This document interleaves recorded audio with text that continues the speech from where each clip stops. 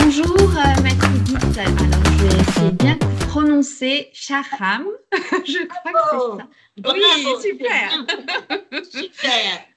Avocate donc au barreau d'Israël, que je suis ravie d'accueillir aujourd'hui, mais qui n'est pas qu'avocate, qui est surtout médiatrice au sein des conflits familiaux là en Israël, et également formée au processus collaboratif. Et donc, j'ai la joie aujourd'hui de vous accueillir pour discuter un petit peu de votre parcours et de comment, en Israël, vous avez pu apporter votre pierre à la résolution des situations de haut conflit. Donc, je fais un peu de teasing, mais on verra après par la suite ce que vous avez pu mettre en place qui est extrêmement intéressant dans votre pratique. Je voulais vous remercier d'avoir l'occasion de présenter le modèle et de vous rencontrer parce Mm. que j'aime beaucoup la communication entre les gens dans tout le monde. Et finalement, nous sommes tous, et, et avec les conflits, malheureusement, il y a des conflits extérieurs, intérieurs, mais il faut toujours trouver la solution qui soit la meilleure pour résoudre le conflit. Oui, et puis c'est très enrichissant et vraiment, je suis ravie de cet échange. Je suis très curieuse de la présentation de ce modèle dont j'ai entendu parler. Alors, vous avez accepté quand même de maintenir cette réunion alors que vous êtes malade. Alors, je vous remercie. Donc, pour les auditeurs, peut-être qu'il y aura un petit peu de tout de temps en temps, mais ce ne Mais sera pas comme très grave. mais je ne voulais pas, cette fois-ci, j'ai dit, bon, on n'annule pas, on le fait, je m'excuse, je veux tousser, et un peu, on aura la musique de mon tout. Et, Oui, voilà, mais ça, ça rythmera nos échanges et ça n'enlèvera en rien la qualité de notre conversation. Et que vous tenez en plus en français alors que c'est pas votre langue maternelle. Donc, voyez-vous, beaucoup, merci beaucoup parce que moi, je ne serais pas en capacité de tenir une conversation malade, peut-être oui, mais alors avec votre langue, pas du tout. oui, oui, mais j'aime des buts et j'aime Des challenges. challenges, voilà. Même à mon âge, je trouve toujours des nouvelles expressions et nouvelles expériences. Oui. Voilà. En tout cas, merci. Alors, est-ce que Edith, je pense qu'on va se présenter par nos prénoms, Edith, Oui, Sylvie. oui, oui. Donc, est-ce qu'Edith, vous pouvez vous présenter à nos auditeurs, présenter votre parcours professionnel, personnel. Vous pouvez me poser des questions parce que là, à mon âge, je peux parler 3 heures. Ah, Au moi, moins. je vous laisse. Euh, Allez-y. Donc, présentez-vous. Et puis après, on verra en quoi votre activité professionnelle d'avocat est singulière. Mais déjà, présentez-vous. Qui vous êtes? je veux dire que une chose qui se répète beaucoup, comme je fais beaucoup la médiation entre le couple en divorce, en conflit, alors plutôt, je pense presque chaque deux clients qui m'arrivent, ils me demandent est-ce que moi, je suis mariée ou divorcée? Ça les intéresse. Alors là, oui, oui. Et là, et parce qu'ils pensent, d'ailleurs, il y a beaucoup des avocats qui sont divorcés, qui font un divorce. Je me suis demandé, peut-être qu'ils font Un un transfert. transfert, oui. Et de toute façon, je suis mariée à un Hanan, presque 45 ans, et nous avons trois fils adorables, qui sont déjà tous des enfants. Je suis grand-mère de 7 petits-enfants. Ah, oh, félicitations. Voilà. Oui, et c'est mon bonheur de ma vie parce que j'aime beaucoup ce que je fais au travail, mais je pense que la famille, si on parle de ça, la famille dans tout le monde, n'importe où, c'est un source de bonheur. Et quand la famille ou le couple ne trouve pas les moyens d'être en bonne relation ou tenir une famille heureuse, malheureusement, c'est grave. C'est très, très. Alors, j'essaie comme moi, je suis déjà, et comme je vous ai dit, j'ai construit ma petite famille. Je cherche toujours à donner aux clients et je ne sais pas même dire quoi, les clous. Comment faire Les clés. les clés, même, même si le couple n'est plus là et il n'existe pas, comment on peut rester une famille? Comment on fait faire le transfert entre être parent et être un couple à devenir des parents, même s'ils ne vivent pas. Et parfois, je dis à mes clients, vous savez qu'il vaut mieux si si le couple est vraiment insupportable, il vaut mieux être les meilleurs parents et rester comme famille. Et ça, c'est partout, n'importe où. Et surtout le droit collaboratif, et c'est un moyen de vraiment expliquer aux gens que malgré qu'il y a le conflit, et malgré qu'il y a comment on dit, attendez, je vais voir,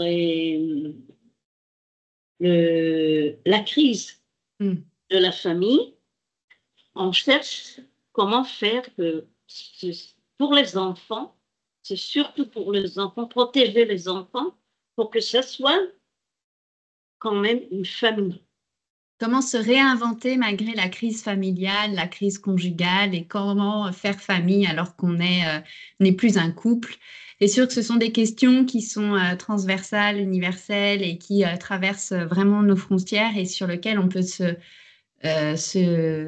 sur lesquelles on peut se rassembler pour réfléchir tous ensemble à comment aider des personnes, quel que soit notre parcours personnel, qu'on soit divorcé ou marié encore. Peu importe notre parcours personnel, comment on peut trouver les clés, aider à trouver les clés pour ces personnes-là. Donc moi, ce que je comprends, c'est que vous avez une valeur familiale, du coup, la valeur familiale est très forte pour vous et que ça a construit, c'est votre socle, même si, vous l'avez dit, vous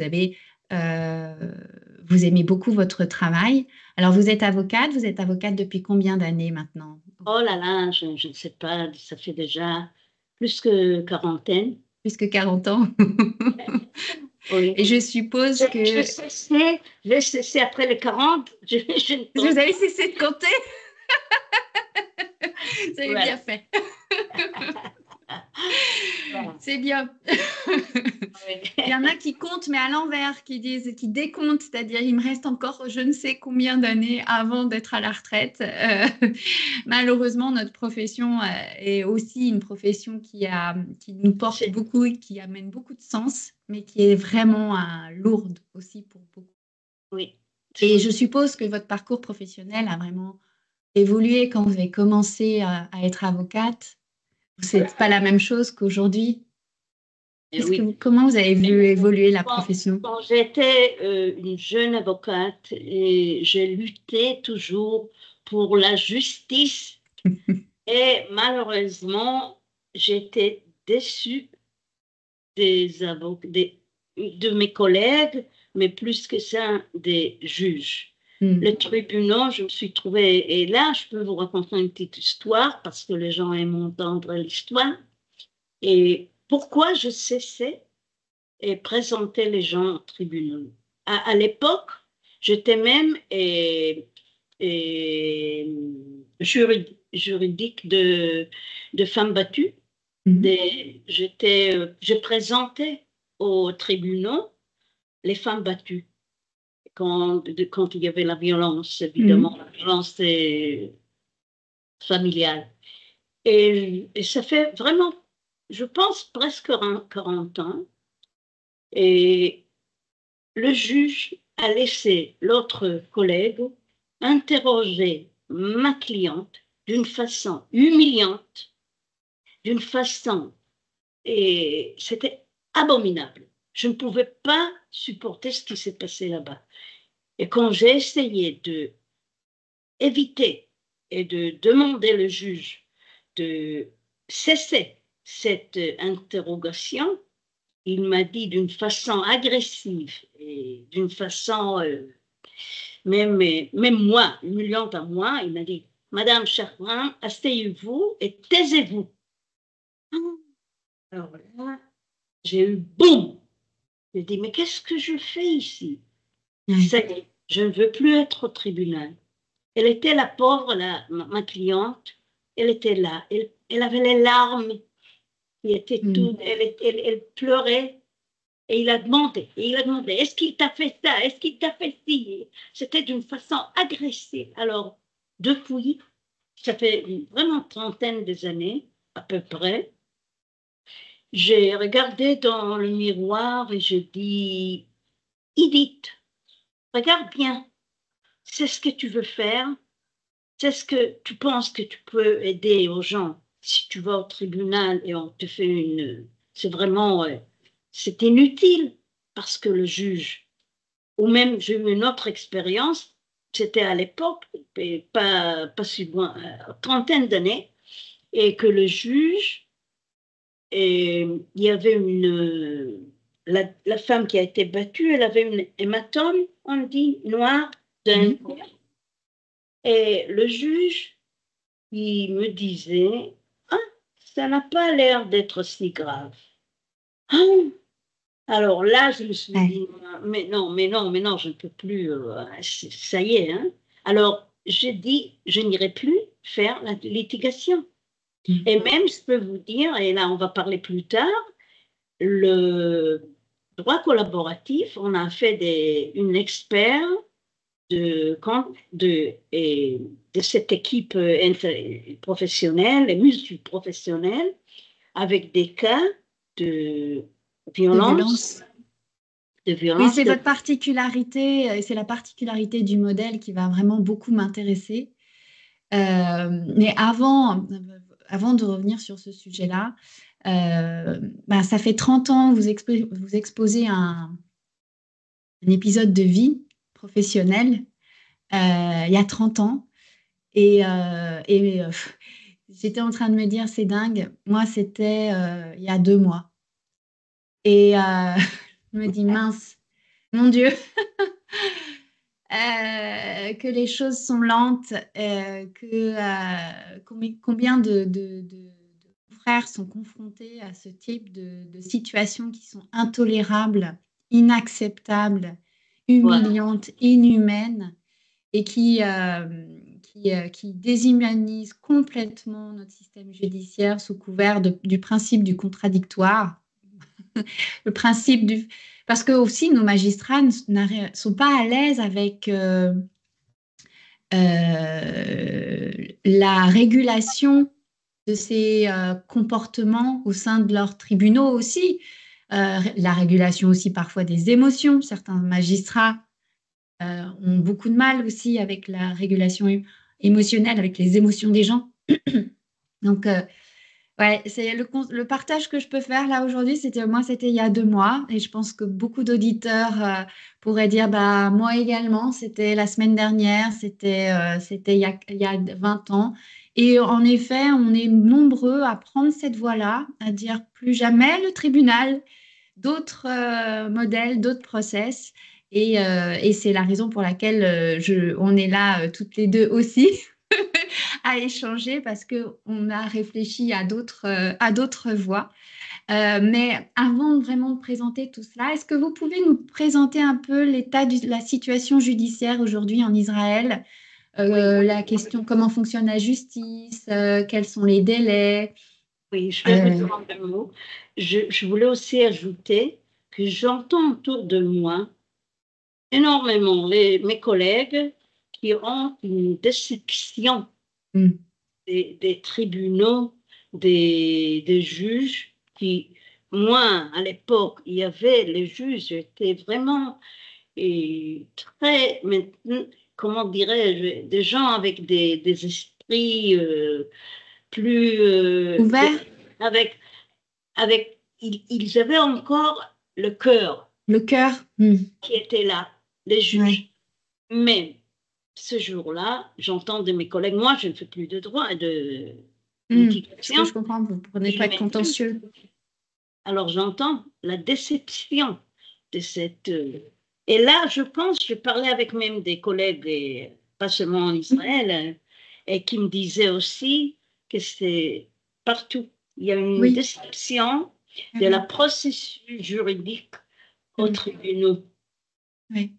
Il arrive quelque chose que, d'abord, je ne sais pas comment c'est en France, mais en Israël, ils sont, il y a, je pense, ils ont 20 cas par jour. C'est insupportable. Il y a, Nous, c'est beaucoup plus nombreux, mais on est plus gros oui, qu'Israël, où il y a 6 millions d'habitants. Donc, vous avez ah, 20 barreaux. Nous, on a ouais. un certain nombre de Ok, barreaux en France. ok, alors je voulais seulement parler de cette Oui, déception. mais c'est sûr qu'elle est partagée. En tout cas, que ce soit en France ou dans d'autres pays, alors peut-être moins au Canada, moins en Belgique, peut-être moins en Suisse, où il y a d'autres processus judiciaires qui sont qui ont plutôt un accompagnement des familles avec des magistrats qui sont parfois des médiateurs également ou qui ont été des anciens médiateurs et qui sont devenus magistrats, notamment au Canada. Donc les choses commencent à changer dans certains pays, mais moi c'est quelque chose que je partage également avec vous, la déception du système judiciaire, et je crois Ouais. qu'on est nombreux. Alors, comment Bon, fonctionne une procédure en... alors le Expliquez-nous. droit, je vous en parlais le droit de la famille en Israël. D'abord, il y a les tribunaux religieux. Oui. C'est-à-dire pour les juifs, c'est rabbinique, les tribunaux rabbiniques. Pour les chrétiens, c'est l'Église. Et pour le musulman, il y a le charia. En Israël, on trouve les trois populations des trois religions. La plupart des gens, c'est les juifs, mais pas nécessairement. Il y a aussi comme il y a une immigration de la Russie, D'accord. alors il y a beaucoup de gens que un de couple juif et l'autre n'est pas juif. Alors là, c'était une différence et que quand c'est un couple qui soit les deux les religions, c'est une procédure complètement différente. Ok. Alors, il y a ici les, et les tribunaux civils et les tribunaux, Tribunaux religieux. oui. Et, mais comme en Israël, ailleurs, différent de la France, il n'y a pas de séparation entre l'État et la religion. Mm. Il n'y a pas. C'est-à-dire que il y a deux différentes, il y a tribunal de la famille civile et il y a tribunaux religieux.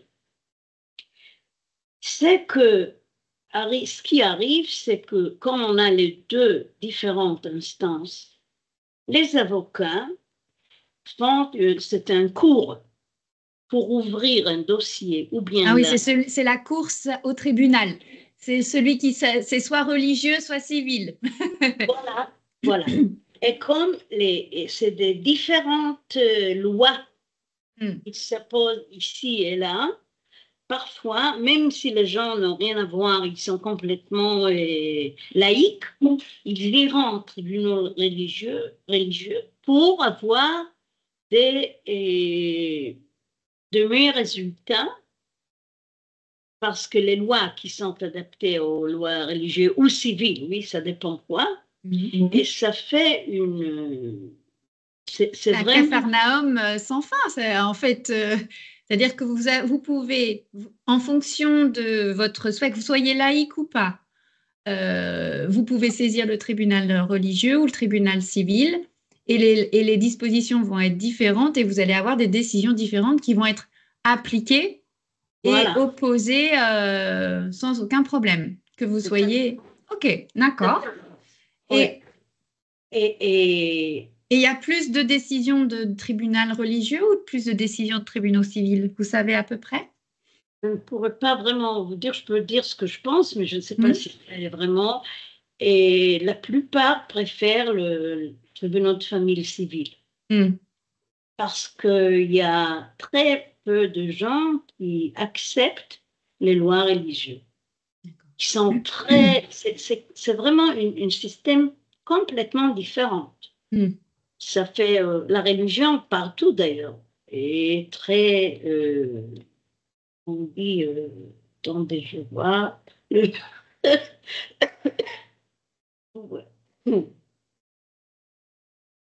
est conservateur. Oui. Alors, les décisions aussi seront plus, Hmm. par exemple, dans les lois, dans les tribunaux religieux, et les femmes ont moins, ont moins de rights, De droit? de droits. OK. Mais il y a des, ça dépend quoi, comme je vous ai dit, Oui, ça dépend des sites. Enfin, je des suppose que ça dépend situations. des Je situations. vais vous donner un exemple. Je fais maintenant une médiation d'un couple qui est âgé, disons, et presque 70 ans. Et oui, c'est triste. Les enfants ont plus de 40 ans.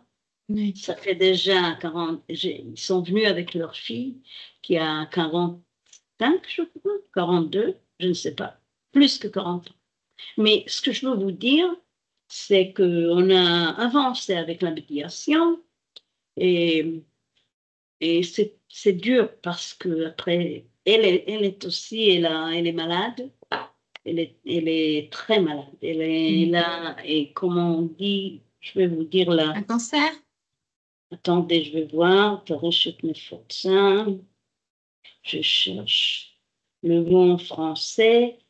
Et sclérose. La sclérose en plaques? Hmm. Sclérose en Ah oui, plaques. C'est dur. c'est très dur. Ça fait souffrir et c'est très dur, oui. Sclérose Hmm. en plaques. Et il quitte. C'est lui qui Lui qui la dit. quitte? Ouais. D'accord. Alors, c'est dur, hein, c'est émotionnellement. Et elle a 68. Hmm. Elle a aussi, elle est.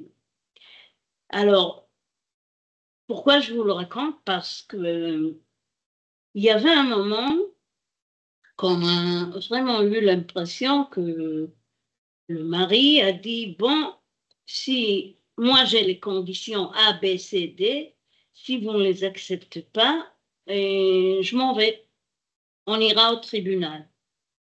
Et j'ai essayé d'éviter, évidemment, Hmm. mais elle était présentée par une avocate qui lui a dit, écoute, il faut qu'on, parce qu'il y a cette différence des instances juridiques, et il faut qu'on ouvre un dossier au tribunal religieux. Religieux?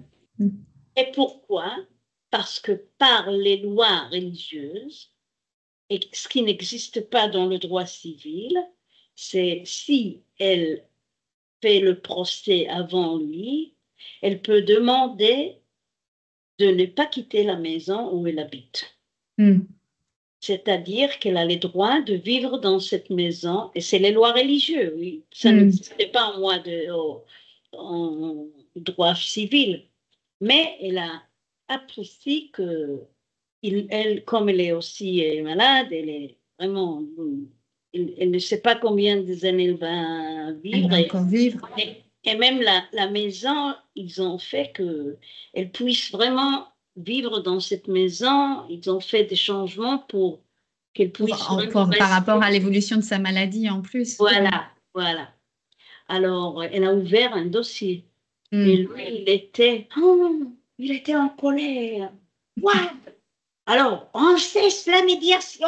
Tu as fait. Et là, moi, je devais lui calmer et lui dire, écoute, et là, je ne dis pas si c'est bien ou si ce n'est pas bien, mais je peux vous dire que à la situation juridique où on a les deux instances, si elle aurait été allée au tribunal civil, il pouvait la jeter de la Le maison. jeter.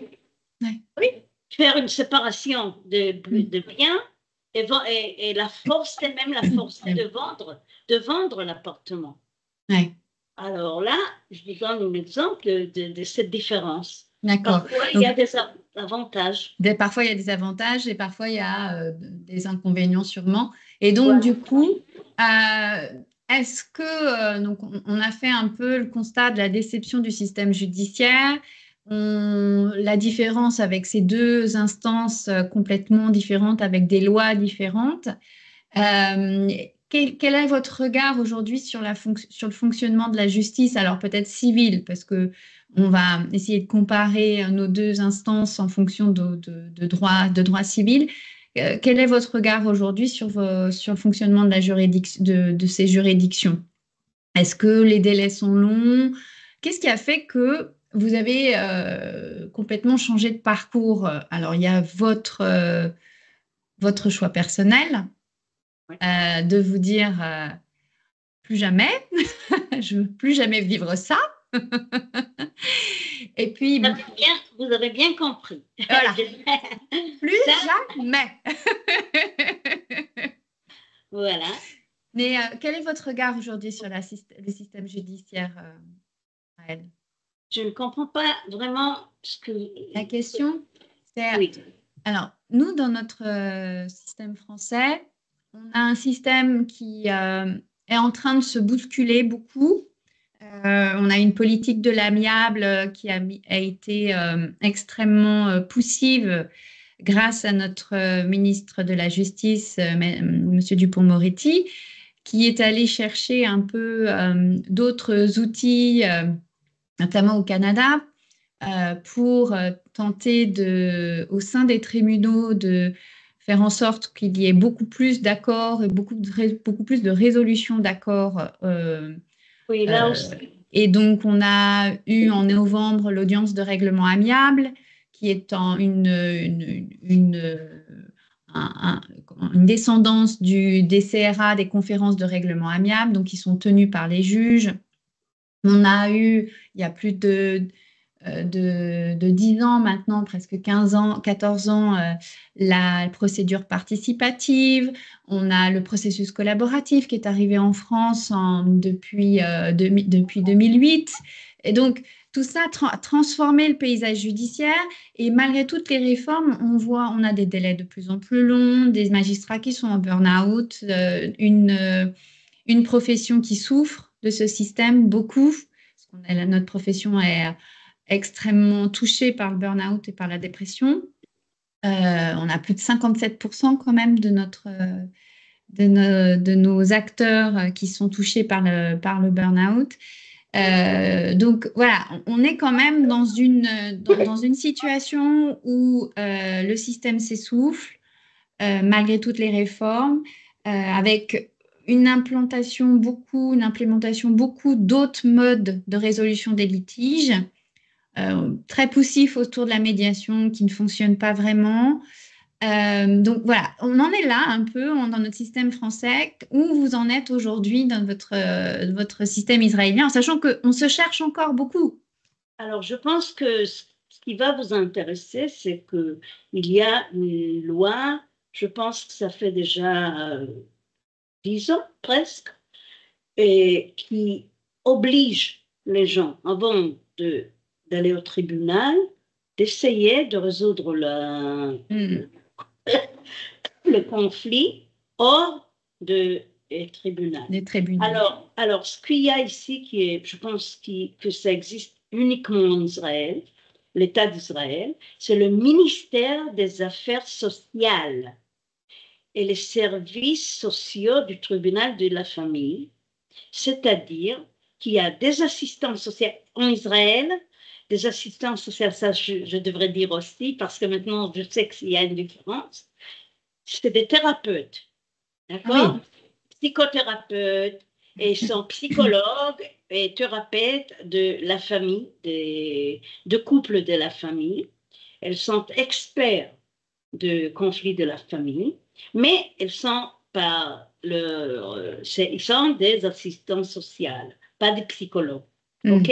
Et je sais que c'est différent. Oui, tout Alors, à fait. alors, D'ailleurs, il y a une désertion de ces fonctions-là dans notre système. En France, on peine à trouver des assistantes sociales qui viennent, comme les éducateurs d'ailleurs. Ce sont des professions qui sont tellement peu mises en valeur, tellement peu rémunérées et qui souffrent beaucoup de la violence qu'elles peuvent aussi subir des familles et des situations et des contextes qu'elles doivent gérer ou accompagner, des familles qu'elles doivent accompagner, qu'il y a quand même, on voit une désertion en fait. C'est l'autre problème. Et des problématiques de compétences également, de formation. Donc moi, j'entends qu'il y a un ministère des affaires sociales avec du coup des assistantes sociales qui ont une formation euh, autour de la thérapeutique. OK. oui. Avec l'obligation, avant de saisir le tribunal, elles sont médiatrices aussi. Elles sont médiatrices aussi. OK. Oui. D'accord. Je dis elles parce que la plupart, c'est des femmes. Ce sont des femmes. et quand j'ai fait la formation de base de droit de divorce collaboratif aux assistants sociaux, il y avait un homme, un ou deux, entre 30, une trentaine des assistants, des thérapeutes. Ouais. Alors oui, c'est les femmes qui sont plus là. Donc en fait, vous avez sûrement des commissions ou peut-être des comités ou des endroits, elles font des associations. Non, elles font partie de tribunal. Elles sont dans le tribunal. Le tribunal. Ah ouais. Oui. Elles ont ça s'appelle YAHAS. YAHAS. D'accord. YAHAS en hébreu, c'est relation. Et ce qu'elles font, c'est avant, quand on ne peut pas ouvrir un dossier de tribunal et de la famille sans commencer le processus par se présenter chez ces assistants sociaux dans le YAHAS, ce que je vous ai dit, et même il y a une procédure très, très formelle, très structured, structurée. Structurée. Oui. Et c'est-à-dire qu'il y a on a le droit, et d'ailleurs, pour ouvrir le dossier, c'est presque gratuit. C'est-à-dire, on paye 25 € pour ouvrir, c'est-à-dire que n'importe qui pourra ouvrir le processus. Mais la seule chose qu'on peut faire, c'est faire une demande, ça s'appelle la demande de solution de conflit, ou pas solution, et résoudre le résolution. Résolution du conflit. Une page, on vous demande de nous inviter au premier rendez-vous pour commencer le processus de divorce ou de séparation. Okay. Alors, donc c'est un accompagnement structuré, c'est-à-dire vous pouvez saisir, n'importe qui peut saisir, c'est à peu près gratuit, enfin il y a 25 € à déposer, et après vous rentrez dans un processus structuré ou avec un premier rendez-vous auprès de ces personnes qui sont complètement installées au sein du tribunal et qui font partie d'un ministère, enfin voilà, qui sont attachés à un ministère. Wow. Oui. Et alors, la loi donne la procédure. On a le droit d'avoir 4 rendez-vous. Et le premier rendez-vous devra être, même si les gens sont présentés par des avocats, ils n'ont pas le droit, les avocats n'ont pas le droit d'être là.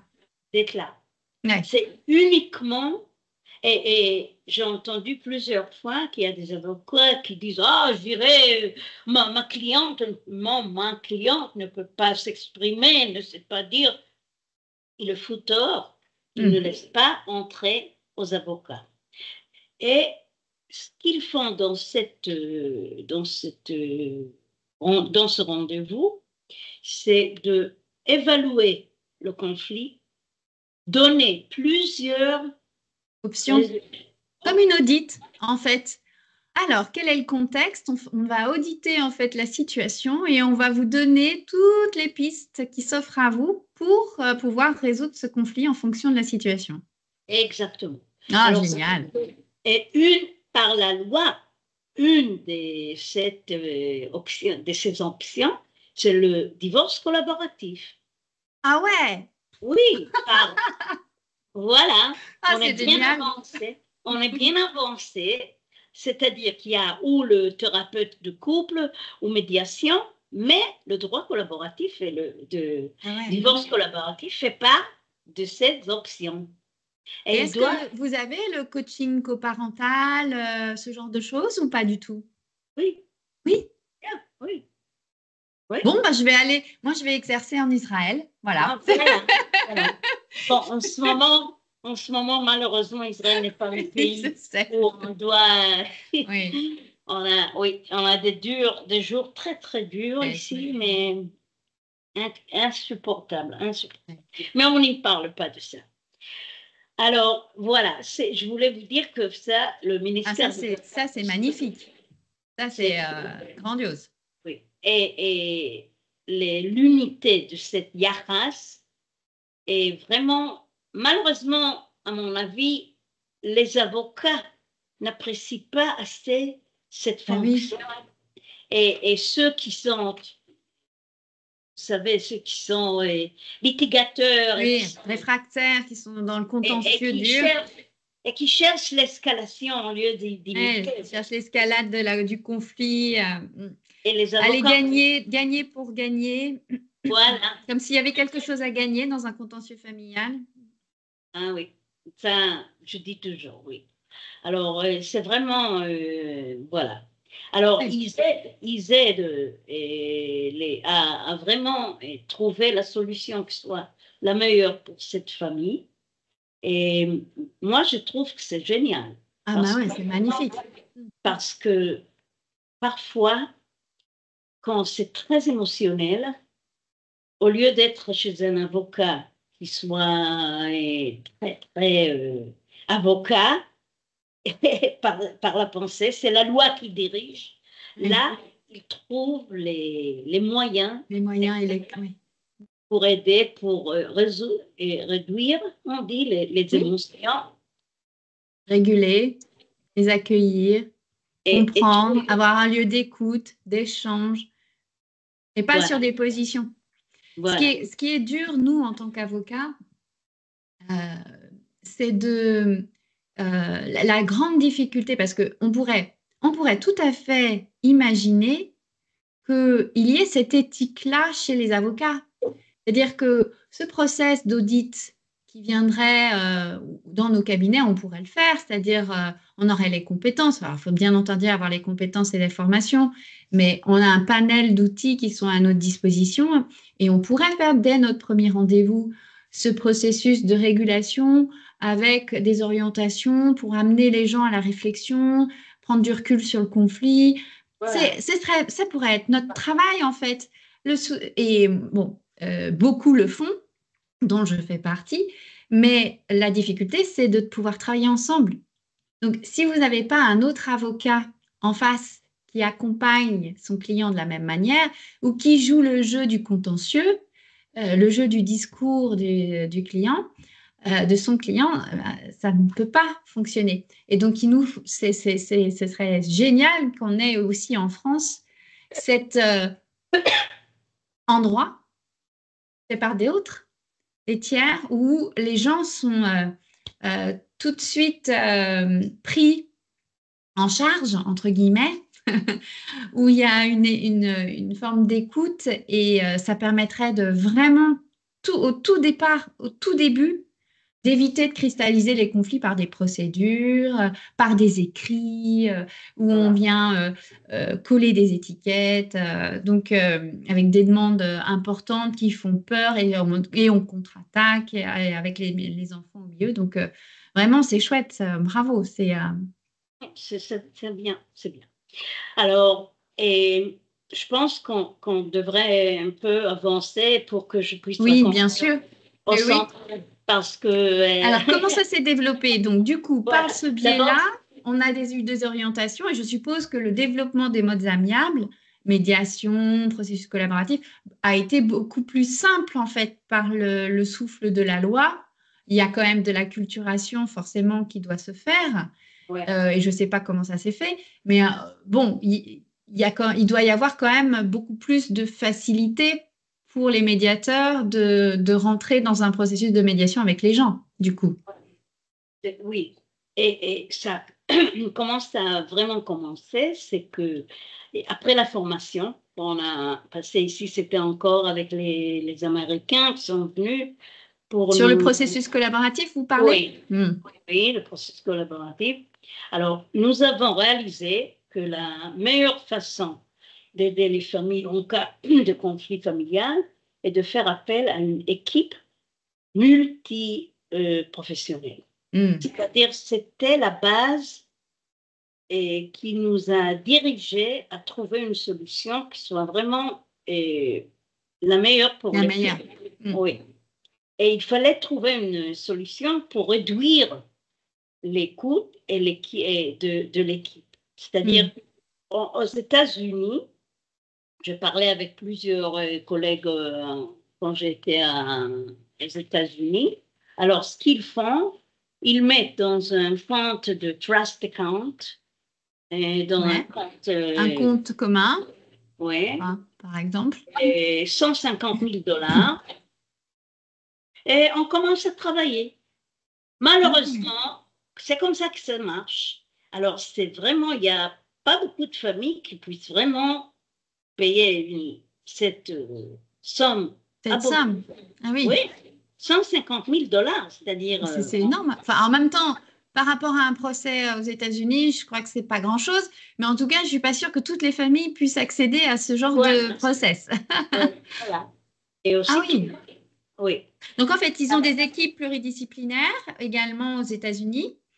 Je sais que ici c'est vraiment, c'est C'est vraiment voilà, c'est vraiment votre pratique et votre modèle. Parce que là, particulier. l'idée aujourd'hui, c'est vraiment de présenter le modèle qui est développé en Israël, au-delà de la médiation, au-delà de l'arbitrage ou d'autres spécificités de résolution. C'est vraiment le modèle. Alors, est-ce qu'il a un nom, ce modèle? Parce qu'on va le nommer. C'est le processus collaboratif? Comment vous l'avez nommé? Un processus collaboratif, oui. OK. Il y a les centres, les maisons, on appelle ça les maisons des droits collaboratifs. Maison de droit collaboratif. OK. Qui sont communales Communal, oui. de la commune. Hmm. Et c'est la mairie ou la municipalité Hmm. prend la responsabilité. Ça fait une partie de tous les. Ici, c'est différent que la France.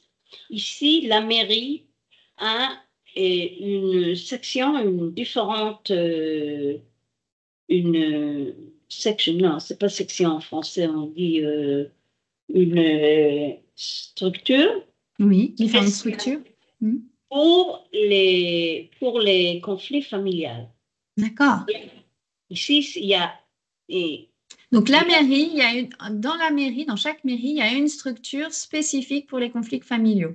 OK? voilà, Et oui. dans ces structures-là, vous avez construit des maisons. Il y a accueil des maisons du droit collaboratif. On a élargi, Vous avez bah, élargi. Ouais. oui, parce qu'en vérité, tout était là. Hmm. C'est-à-dire, les professionnels étaient là, les Oui. assistants sociaux dont je vous ai parlé, et c'était vraiment et utiliser tout ce qui existe déjà Ouais, je pour, comprends. pour faire, et au début, il y avait un centre de thérapeute de la famille et du couple dans un centre dans la mairie, un endroit qui était spécialement pour la thérapeute de la famille. Et là, on a fait aussi le droit collaboratif. C'est-à-dire qu'il y avait déjà, tout était là, les instructions. Oui, vous êtes allé chercher les structures, tout était présent. Et quand vous avez été formé au processus collaboratif, vous avez dit, ben voilà, moi de toute façon aujourd'hui, je ne veux plus aller faire de contentieux. Je me suis formée au processus collaboratif. Il y a un modèle qui est chouette, mais c'est important que ce soit multi-professionnel.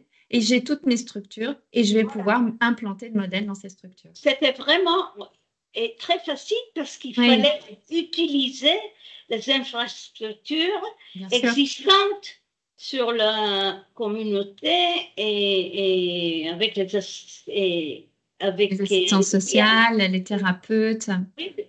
Oui, les associations à but non lucratif. C'est ça. OK. Alors du coup, comment ça fonctionne? Vous avez, je crois comprendre de ce que vous exprimez, c'est que l'idée, c'était quand même de faire en sorte que ce soit accessible à tous. Parce qu'aux États-Unis, vous parlez d'une sorte de compte commun mais où il y a des multiprofessionnels, des familles mettent 150 000 pour pouvoir être accompagnés au sein d'un processus. Et vous, je crois comprendre que votre choix a été de faire en sorte que ce soit le plus largement accessible à toutes les familles. Et c'est surtout pour les familles qui auront les moyens sont moins aisés. Et on a même eu des familles qui étaient de pauvreté, vraiment. Alors, familles. comment vous avez fait? Qui compose le groupe, en fait Alors, il y a une dizaine d'avocats qui font partie d'un groupe qui s'appelle la groupe de la communauté de Paris. C'est pas Paris, mais de Tel Aviv, au Jérusalem. Okay? Les assistants sociaux, comme je vous dis, les thérapeutes, il y a des psychologues des enfants, il y a des thérapeutes de famille et de couple qui travaillent, qui font partie, ils reçoivent leur salaire de d'autres structures, d'autres activités. D'accord, de la mairie, OK. Ils sont salariés, on dit, salariés ils reçoivent leur salaire. Ils sont fonctionnaires, enfin, nous, ce serait des fonctionnaires, mais là, ce sont salariés, OK. Alors, il y a les avocats et les financières, il y a les fonctions vous connaissez, le droit coopératif, il y a les avocats, il y a le thérapeute, il y a l'expert des enfants et il y a l'expert de finances. Alors, les avocats et les experts des finances font partie d'une équipe interprofessionnelle. Et quand il y a un cas comment ils arrivent, les couples, ça pouvait être ou du centre du couple et de la famille qui ont décidé qu'ils n'ont pas réussi à vraiment avec la thérapeute de la famille et ils ont décidé de divorcer. Ça peut être de Yahas. Et après avoir rencontré le couple en disant, écoutez, il faut que vous fassiez... Et c'est surtout des conflits en haut. En conflit, situation de très haut conflit, oui, je suppose. Parce que sinon, ça pouvait être médiation. Bien sûr. Et ça pouvait être... il y a sur les sites de la mairie, il y a une page de divorce collaboratif. Alors, il y a des gens qui cherchent dans le site et ils ont trouvé. Et maintenant, c'est déjà les gens qui ont fait cette procédure disent à d'autres, c'est super, allez-y. Oui, on a une expression en hébreu ici qui dit un copain amène un copain. C'est un copain qui amène son copain. Alors, c'est comme ça que ça se fait. Alors, et on fait un interview d'un assistant social et un avocat qui explique quelle est la différence entre médiation et droit collaboratif et divorce collaboratif. Et les gens doivent décider s'ils veulent vraiment prendre cette voie de procédure. divorce collaboratif. Cette voie oui. Et là, ce qui est, comment on dit, attendez, je vois, décisif. Ils n'ont pas le droit de choisir. Là, il faut que n'importe quoi, il y a deux thérapeutes, 2 avocats, et s'il faut le financier, l'expert financier, oui. Et l'expert financier et l'expert des enfants. Mais la base dans cette procédure, dans les mairies, qui est publique, et qui est pour n'importe qui, même s'ils sont riches ou pauvres, c'est-à-dire de trouver, ils savent qu'ils auront une équipe interprofessionnelle. Okay. Lorsque dans le secteur privé, c'est différent. Comme ça coûte beaucoup d'argent, pour payer 2 thérapeutes, 2 avocats, ça devrait être trop cher, même pour les gens qui ne sont pas pauvres, mais quand même, ça devient très cher. 1 heure de rendez-vous, de rencontre, et ça peut arriver à une centaine d'euros. Alors, mais là, ce qu'on a trouvé, c'est que les assistantes sociales, comme elles sont payées par la mairie, c'est-à-dire elles reçoivent leur salaire, les gens payent très peu d'argent à la mairie. C'est-à-dire c'est vraiment, ça devient une participation. De cette participation, ils ne payent pas ils ne payent pas directement les personnes, ils payent les structures. Voilà. Pour la structure. Et les avocats reçoivent, ce n'est pas pro bono, je ne sais pas, pro bono.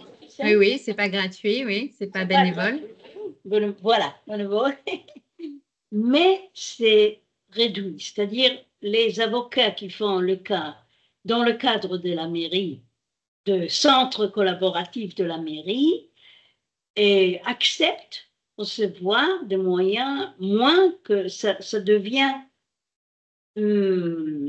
presque la moitié de ce qu'ils auront. De ce qu'ils pourraient avoir. Okay. Okay. Mais est-ce qu'il y a eu des subventions? Est-ce que quoi? Est-ce qu'il y a des subventions de l'État, du barreau? Non, pas rien. Du barreau non plus. Rien.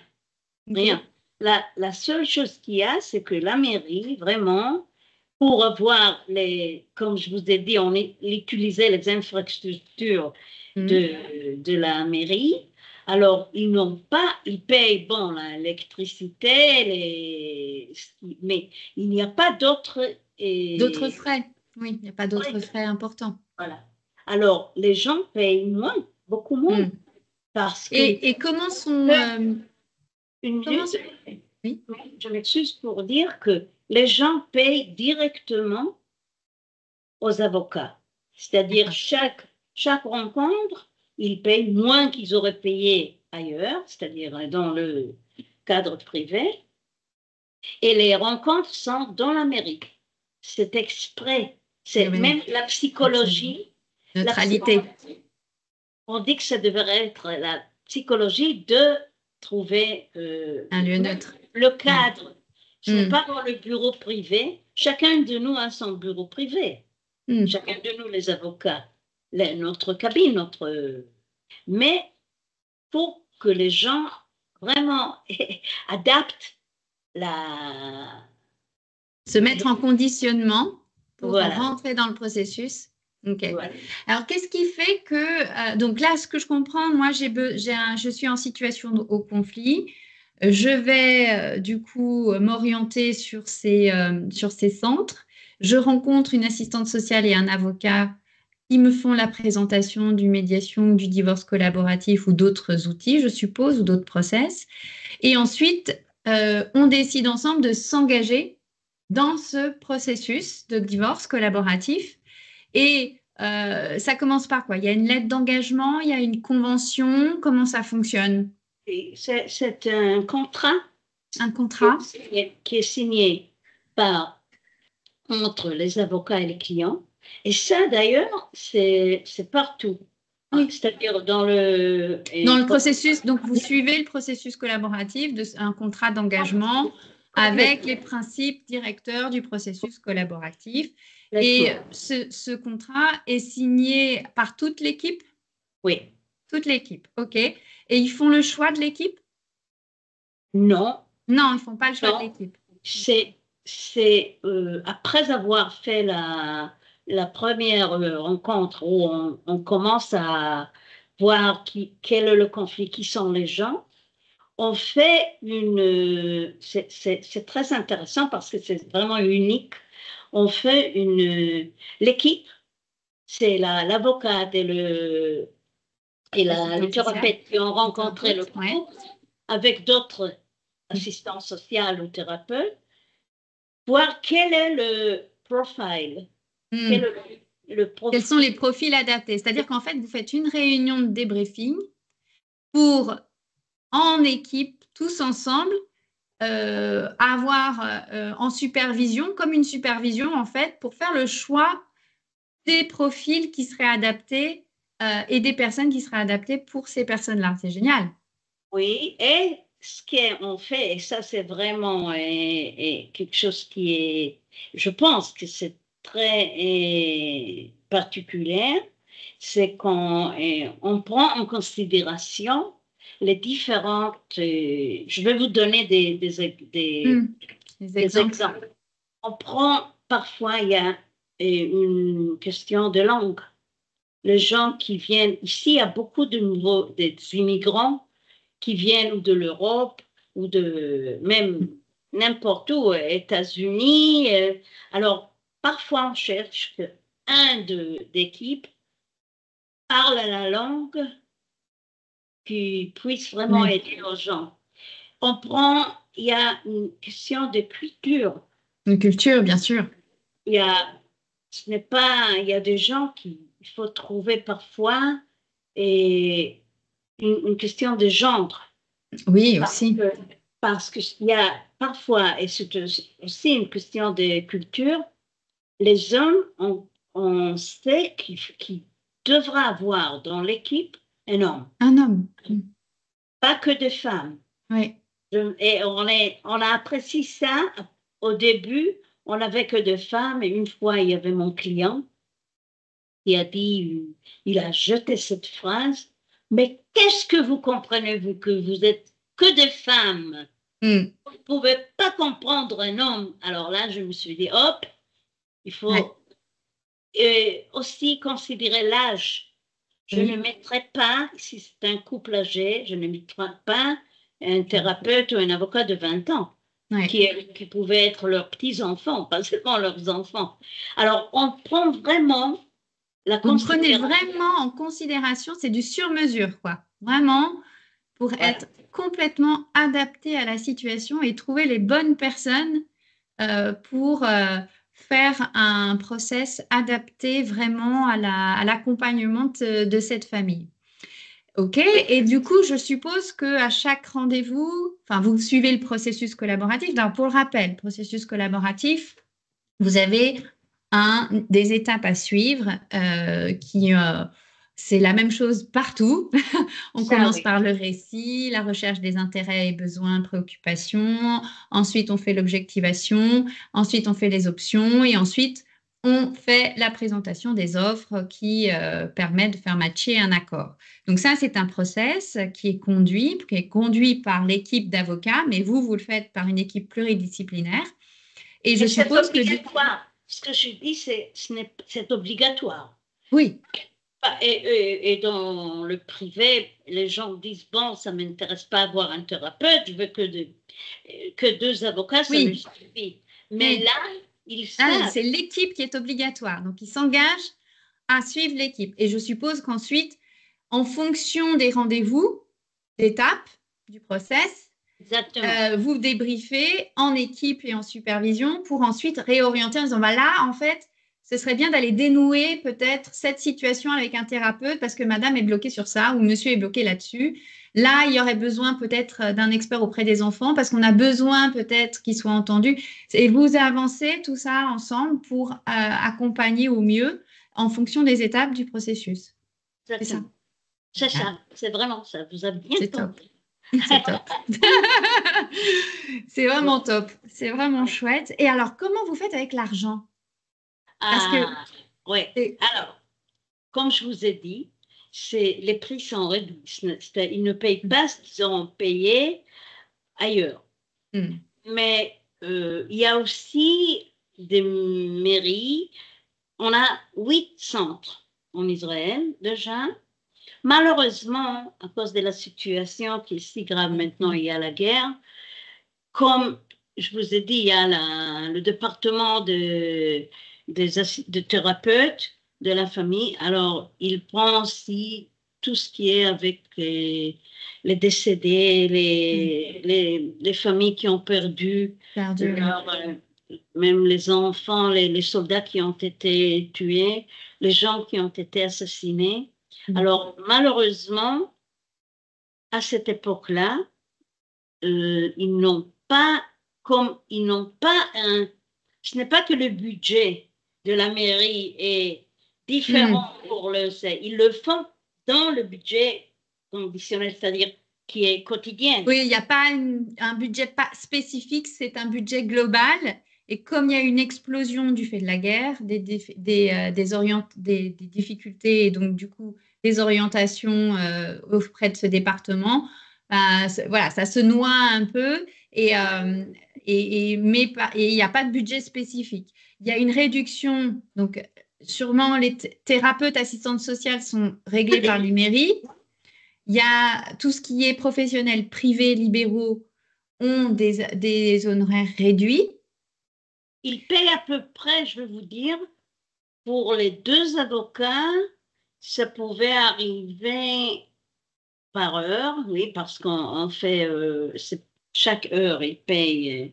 Ça pouvait arriver à, je fais en euros, et 100 euros.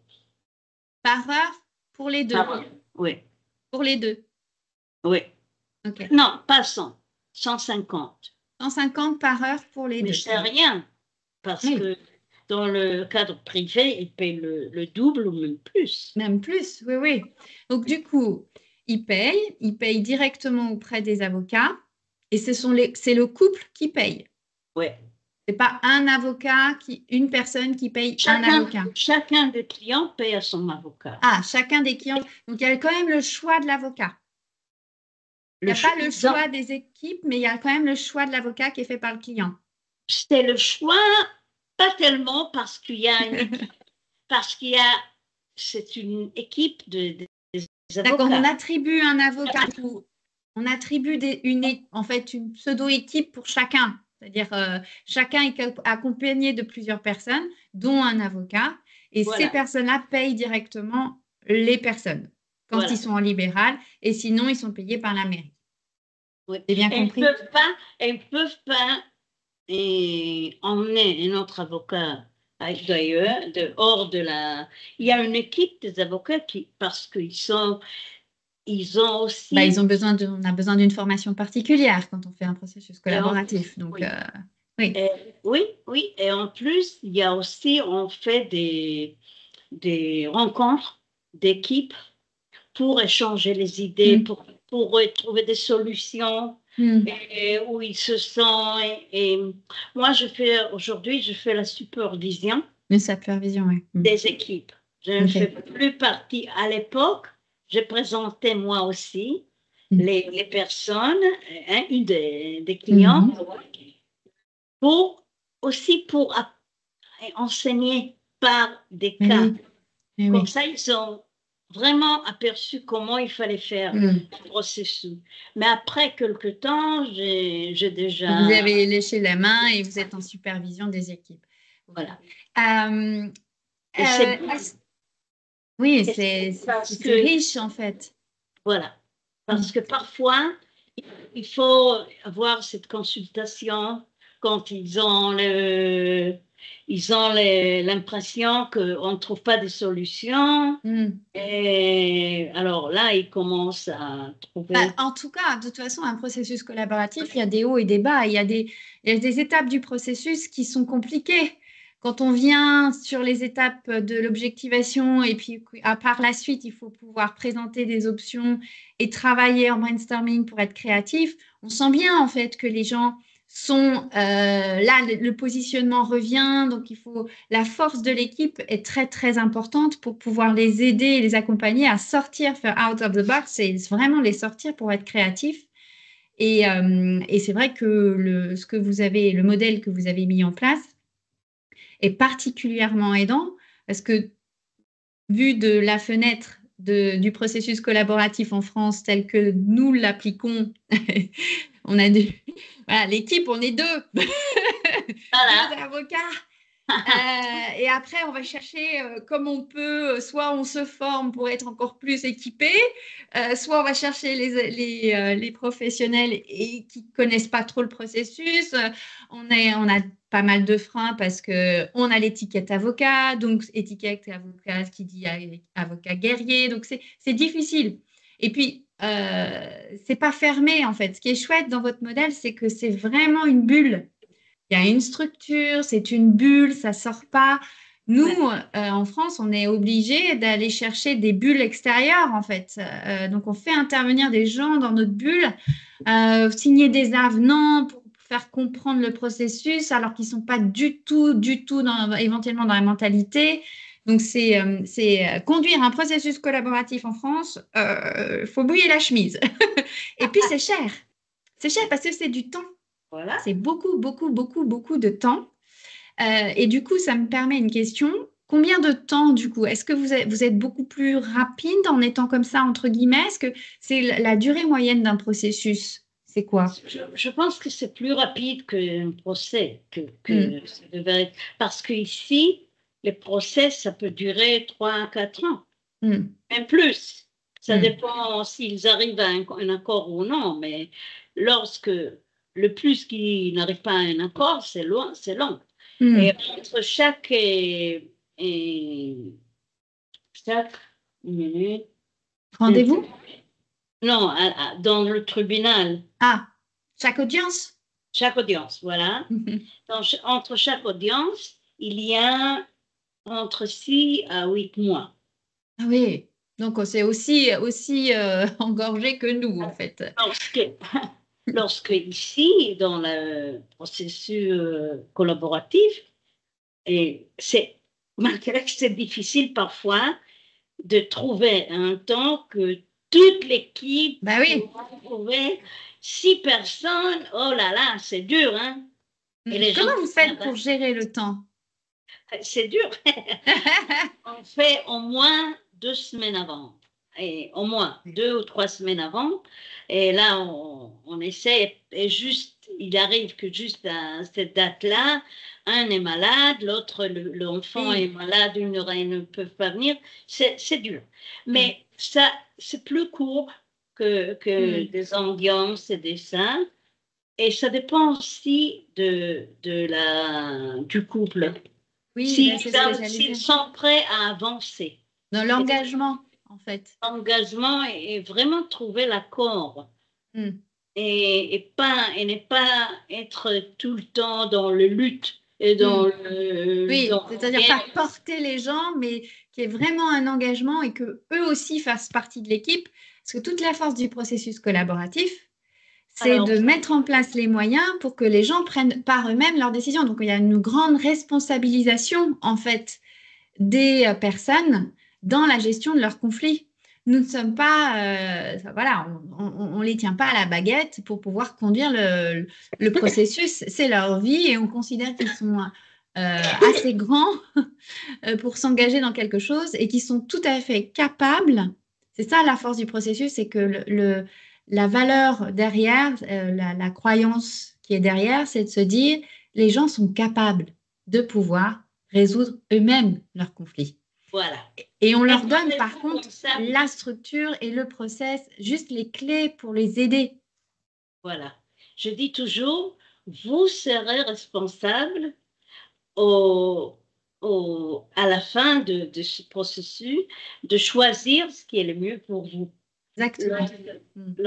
Si c'était un procès au tribunal, c'est le juge qui va décider, pas vous. Alors, avoir la possibilité de décider, de trouver un accord, il faut avoir des efforts. Oui. Surtout le haut conflit, parfois. Et vous savez, on a même, dans les cas de violence domestique, on a même pu, d'abord on avait les thérapeutes qui étaient experts parce qu'il faut vraiment bien comprendre Le système de la violence, ça, bah oui. Et même les avocats, il faut savoir. C'est sûr. C'est très fragile. Oui. Parce que ça peut exploser d'une minute à l'autre. Complètement. Alors, ce qu'on a fait beaucoup, c'est de faire des rencontres séparées en travaillant séparément. L'avocat, le thérapeute, de couple, le mari, et de notre côté c'est l'avocat. On a, on a cuisiné.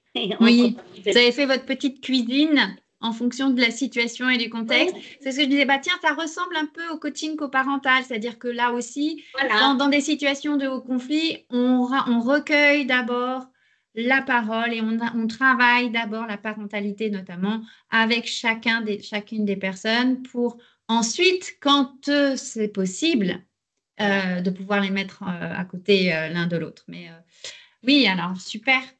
Donc, c'est la force du modèle, c'est que vous l'appliquez quelles que soient les situations, même dans des situations de violence domestique, physique aussi, des violences physiques, quand il y a eu des violences physiques également dans tout type de violence. On a eu des succès, ce qui n'était. Et vous savez, moi, je vous présente quelque chose de personnel. Comme je vous ai dit au début de notre rendez-vous, je vous ai raconté que j'ai présenté des femmes battues.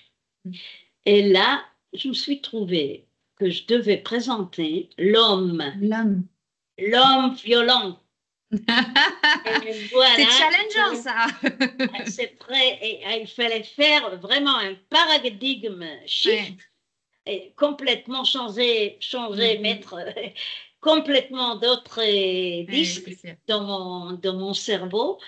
Et c'était pas facile de faire ce changement parce que il fallait que au début, et j'avais des difficultés à vraiment m'attacher à un homme violent.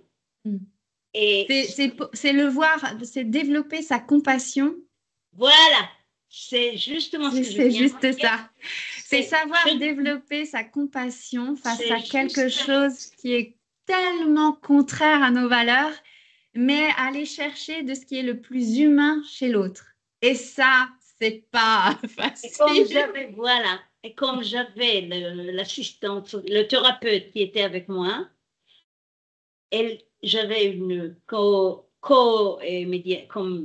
elle était avec moi, toujours j'avais la même, j'ai été toujours étonnée comment elle a pu vraiment mettre la question où l'homme, pas la femme, a commencé à pleurer. Elle a demandé une question qui a fait juste comme un ouh! Oui, c'est tout cible. Ping! Voilà, et là, tout a changé. Parce qu'on a vraiment vu que même l'homme agressif, l'homme était finalement très faible. Et oui. Finalement, c'est lui qui était le faible. Bon. C'est super, vraiment. Je suis passionnée. Je pourrais en parler encore pendant des heures avec vous parce que je vois tellement les limites en France de l'émergence de ce processus collaboratif et les difficultés pour le mettre en œuvre. Et le modèle que vous proposez est un modèle tellement intelligent, respectueux, humain. Après, je suppose qu'il doit y avoir des limites et des freins et on n'a pas le temps d'en parler, mais on va rester sur cette note. c'est un échec parfois.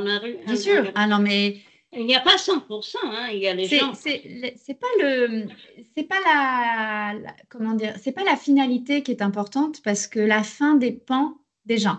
C'est-à-dire que ce sont les gens qui sont responsables de cette fin-là. Donc, euh, bon, il y a, comme dans toute personne est limitée à un moment donné dans sa vie. C'est trop dur, peut-être, parce que ça, on utilise des outils qui font évoluer les gens, qui les font, voilà, en plus, vous mettez en place toute une équipe avec des thérapeutes. Donc, les gens sont confrontés à eux-mêmes et c'est parfois très violent, c'est très difficile et c'est très lent en fait. Ça peut être très lent dans l'évolution, mais en tout cas, de pouvoir avoir cet endroit-là qui donne l'opportunité à ces gens de faire différemment, parce que c'est déjà un engagement, c'est beau, c'est vraiment super beau. Donc merci vraiment beaucoup, c'est magnifique. Et ça fait des années en plus que c'est en place. C'est vraiment chouette. C'est un très beau modèle à dupliquer, sur lequel on pourrait vraiment s'intéresser et peut-être à améliorer sur des questions d'argent et d'accompagnement sur l'argent pour que vraiment chacun puisse, que l'argent circule et que ça serve aussi à d'autres et que on puisse construire un modèle d'un divorce collaboratif et pas que divorce collaboratif, hein. J'avais en tête d'autres situations, des conflits entre associés, voilà, où il y a des structures et des sociétés. Enfin, on a le monde économique qui pourrait être intéressé également. Oui, je vais vous dire, après avoir présenté il y a une dizaine d'années déjà ce modèle aux États-Unis, je pense que c'était au Canada ou pas. Alors, ce que les Américains ont fait, ils pensaient que c'était même pour eux. Ils ont prouvé qu'il y a des familles qui ne puissent pas vraiment payer une équipe. Une équipe, pas beaucoup de gens pouvaient mettre 200 000 dollars. Oui, bien sûr. Et c'est pour le commencement, c'est ce qu'ils ont dit. Et ce prix était pour le commencement. Alors, et ce qu'ils ont fait, c'est qu'il y a, ou bien que ça passait par le tribunal, ils ont fait legal aid, c'est-à-dire il y a, je pense qu'en France, il existe aussi le légal par l'État. Un acte de procédure? Non, je vais vous dire dans une minute, mais ce qu'ils ont trouvé comme solution, ils ont créé des associations à but non lucratif qui ont fait un centre de droit collaboratif. D'accord. Donc, ils sont allés chercher pour construire des maisons des familles via des associations pour récolter des fonds pour créer ces structures-là, en fait, pluridisciplinaires. Comme les structures des mairies ou de municipalités sont très uniques pour Israël, ils ont trouvé une solution et ils le font par des centres. Et maintenant, c'est très développé par tout le monde, au Canada, aux États-Unis. Et je pense que c'était une de mes plus grandes fiertés. Pas seulement fierté, j'étais très émue. Et même, je peux vous dire, c'est comme j'avais l'impression d'avoir une mission. Ah, c'est chouette. C'est des gros mots, mais vraiment. Non, c'est pas des gros mots parce que quand on a. Ça vient du cœur, en fait. C'est faire en sorte que voilà, l'humain soit au sein de notre société, faire en sorte qu'on puisse donner du sens et être un acteur aidant, un petit colibri, en fait. Voilà. C'est la passion qui dirige, C'est ça. Et vraiment, c'est. Mais d'ailleurs, ça se voit, c'est très émouvant. Merci.